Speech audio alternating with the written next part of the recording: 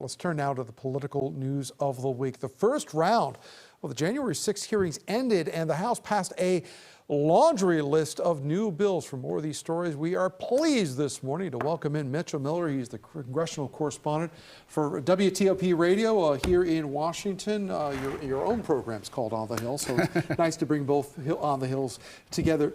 Mitchell, I want to start with the January 6th hearing. It had been said that that was the final hearing, but the final hearing of the summer. We're going to hear more from this committee. What did we learn in this final session?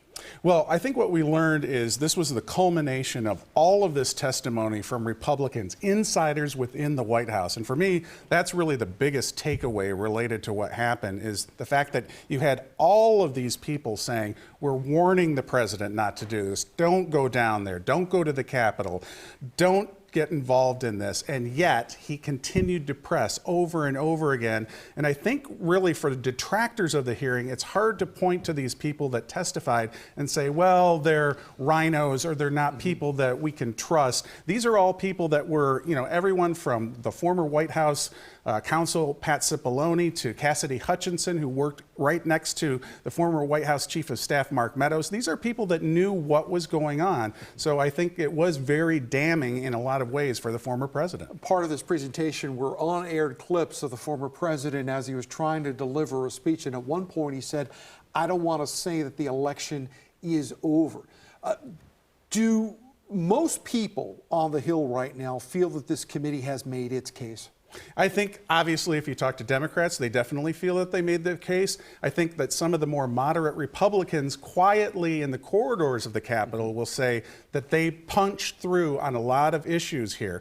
Obviously, on the more far right of the Republican Party, they're going to say, no, this is a sham. It didn't really do anything. But I think it did cut through for a lot of people. And most importantly, as we look ahead to the midterms, what effect did it have on independents? There's always going to be the 30% hardcore supporters of former President Trump that are going to say no difference whatsoever. But I think it did subtly change some views for people on the Hill and elsewhere. Outside of the hardcore supporters of the former president, has the tone from Republicans who had supported the president through this seemed to reduce as these hearings go on?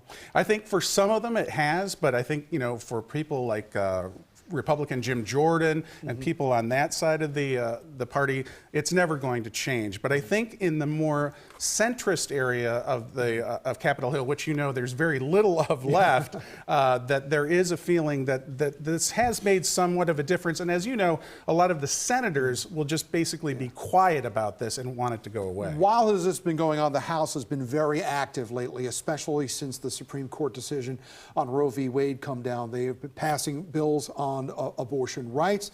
They are moving towards an assault weapons ban.